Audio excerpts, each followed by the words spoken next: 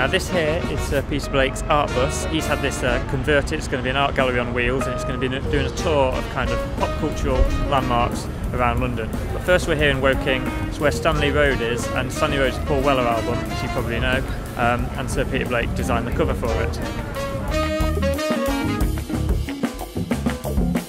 This is the bus, so let's have a quick look inside, shall we?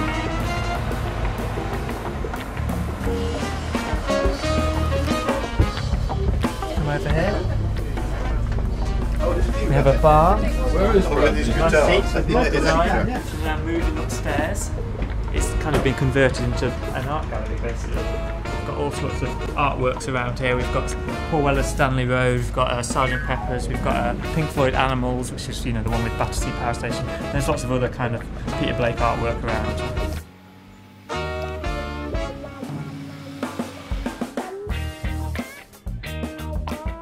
Our original kind of idea was that there would be a bus to take you to Brighton or Budley Salterton or Coventry or wherever the show might be.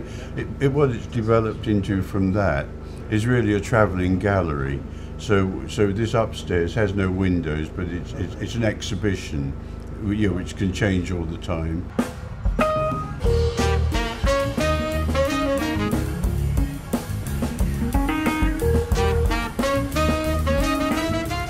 I always think that at school you are able to do loads of things, you know, encouraged to draw and paint and all those things, and as soon as you leave school all those things stop.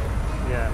So I always think that, you know, I do a little painting myself just for my own amusement, but I think everyone should do it really. I agree. It's really good for your mental health. Yeah, and a lot of it is just overcoming the embarrassment of the result. Yes. I made the mistake of putting mine online though, and that's when you get the kind of the criticism. Oh, I must look that up. I wouldn't ever like to pick a favourite, but if I had to, you know, it's got to be. I like that Ian Dury one. Oh, the latest one? Mm. No, the old one. Okay. Yeah. Against the yellow background. But I mean, you can't beat the Sgt Pepper's cover, can you? But I don't think he doesn't really like to dwell on that too much, does he? I know that's the sort of press hook, but it is a fantastic piece of work. Cross-eyed in front of an art bus. The Battersea Power Station, I think, is held in sort of great affection, nostalgic affection, by most Londoners. It's an intrinsic part of London, and of course it's very sad that it's falling into decay and seeming ruin and not being utilised as best as it could. Somehow the building conjures an air of romanticism and respect, if not affection. And all of these things, I think, and all the qualities of the building in its kind of architectural merit are well represented or borne out in the cover we did for Pink Floyd's Animals in 1977. But mostly I think because, or partially because the weather that was so amazing the day we shot.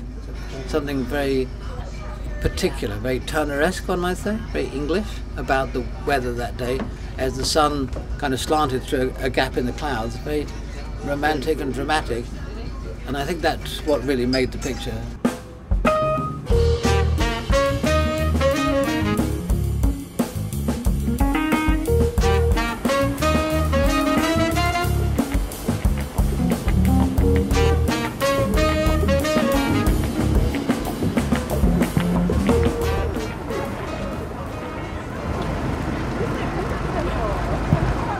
I love it, partly because I know the guys who made it, and also it's very much from my era when I was young, but also I lived in Battersea. Always loved driving past every day. I would drive past Battersea Power Station, and for me it's one of the iconic buildings of London, you know, like the Tower of London or London Bridge or the House of Parliament. Battersea Power Station says London to me. Well, my description then was that what I was trying to make was an art that was an equivalent of pop music. So you had classical music and you had pop music, you had classical art, and then I was trying to instigate this thing that was called pop art. So that's what it was about, and I think we've achieved it with the buzz.